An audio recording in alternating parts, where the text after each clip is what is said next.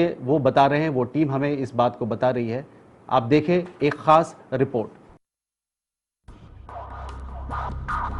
यूं तो 1850 में अवध की बादशाहत का खात्मा हो चुका था, लेकिन उनके शाही रीति रिवाज आज भी इतिहास के पन्नों में कैद। मगर नवाब वाजिद अली शाह के आखिरी वंशज प्रिंस अली रजा और सकीना की गुमनाम जिंदगी मालचा महल में आज भी जिंदा है। मालचा महल का रास्ता सरदार पटेल मार्ग से जाता है। फिरोज शाह तुगलक ने इस महल का निर्माण 700 वर्ष पहले किया। 1975 में प्रिंस अली रजा की मां विलायत महल हालात से परेशान होकर लखनऊ से दिल्ली आए, लेकिन रहने का ठिकाना न होने की वजह से मजबूरन उन्हें नई दिल्ली स्टेशन पर अपनी जिंदगी गुजारनी पड़ी।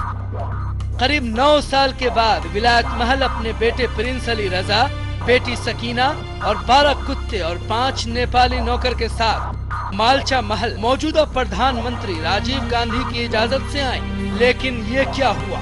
कहा जाता है कि 1993 में विलायत महल ने अपनी हीरे की अंगूठी खाकर अपनी जिंदगी ले ली। उन्हें वहीं दफनाया गया, लेकिन कहा यह भी जाता है कि खजाने की लालच में उनकी लाश को छेड़ा गया। नतीजतन गुस्से में उनके बेटे ने 1994 में लाश जलाकर राख एक घड़े में महफूज कर दिया। अब सवाल ये है, क्या वजह थी जो उन्हें अंदर ही अंदर खाए जा रही थी? ओशियन फिल्म की टीम इस पर 11 महीने से रिसर्च कर रही है। उनका कहना है कि हुकूमतें आती और जाती रही हैं, लेकिन इस खानदान के साथ इंसाफ नहीं हुआ। देखिए, मेरी तो पहली कोशिश ये रही कि मैं राजा तक पहुंचूं और अब उनसे मेरी बात हो जाए। ये हो भी गया। एक बार मैं राजा से एक्सीडेंटली मिला, उनसे काफ़ी बात हुई, उनके दर्द के बारे में मुझे मालूम चला, जितना आक्रोश उनके अंदर है ये चीज़ें मुझे पता चला। और दिल्ली पुलिस हो या गवर्नमेंट हो, मैंने अनऑफिशियली सबसे बात की और सबसे ये बात उनके सामने रखी कि ऐसा है, लेकिन मुझे किसी ने कोई इंटरेस्ट नहीं दिखाया। मुझे किसी ने भी ये नहीं बोला कि मैं तुम्हें सपोर्ट करूंगा।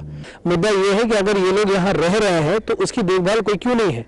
श्रीमती इंदिरा गांधी जी ने जब इनको ये चीज़ अलॉट कर दी है तो ये गवर्नमेंट की दायित्व तो होती है कि भाई इसमें दिखना तो चाहिए कि ये चीज़ें जिंदा हैं, मर गए, नहीं है, कैसे रह रहे हैं। दिल्ली जैसे शहर जहाँ 24 घंटे लाइट रहती है, वहाँ इस शाही खानदान को अंधेरे में ही जिंदगी गुजारनी पड़ रही है। चारों तरफ सन्नाटा है, हर तरफ खामोशी।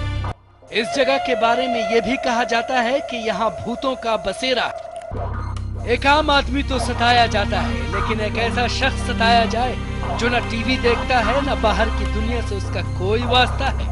I have to go just like that because I don't show up my diamond and all other thing. Things that time says, be alert. Time is not favoring to anyone. And God for, and you think that this area is a safe area? This is not a safe area. You will be lucky if you just come.